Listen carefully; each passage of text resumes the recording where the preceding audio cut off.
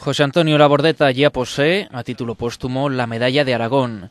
El presidente de la comunidad, Marcelino Iglesias, ha sido el encargado de imponer la máxima distinción del Gobierno de Aragón. Ha sido un acto celebrado en el Palacio de la Aljafería y en el que han estado presentes representantes del Gobierno regional y central, los familiares del artista aragonés y políticos de la comunidad.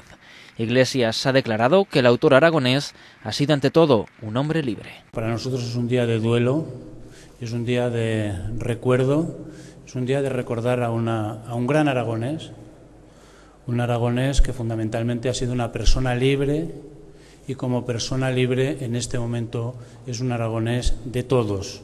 En ese sentido quiero agradecerles a todo el mundo el duelo, el sentimiento que están manifestando hoy todos los aragoneses y creo que puedo decir también todos los españoles.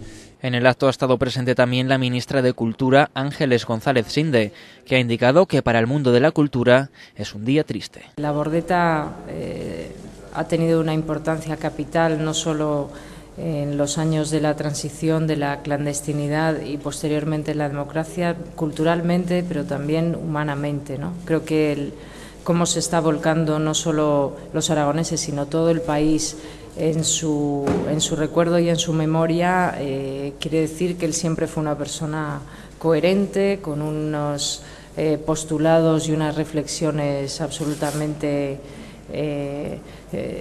con las que se podía identificar todo el mundo y que además eran valientes y honradas. Mientras tanto, miles de personas han pasado ya por la sede de las Cortes de Aragón para decir su último adiós a José Antonio Labordeta.